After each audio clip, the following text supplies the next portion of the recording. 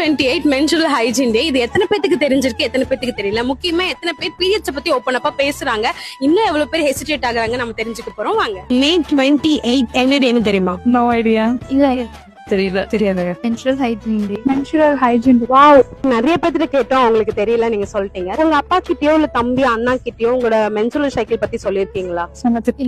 இல்ல அப்பா கிட்ட எல்லாம் ஷேர் பண்ணது இல்ல.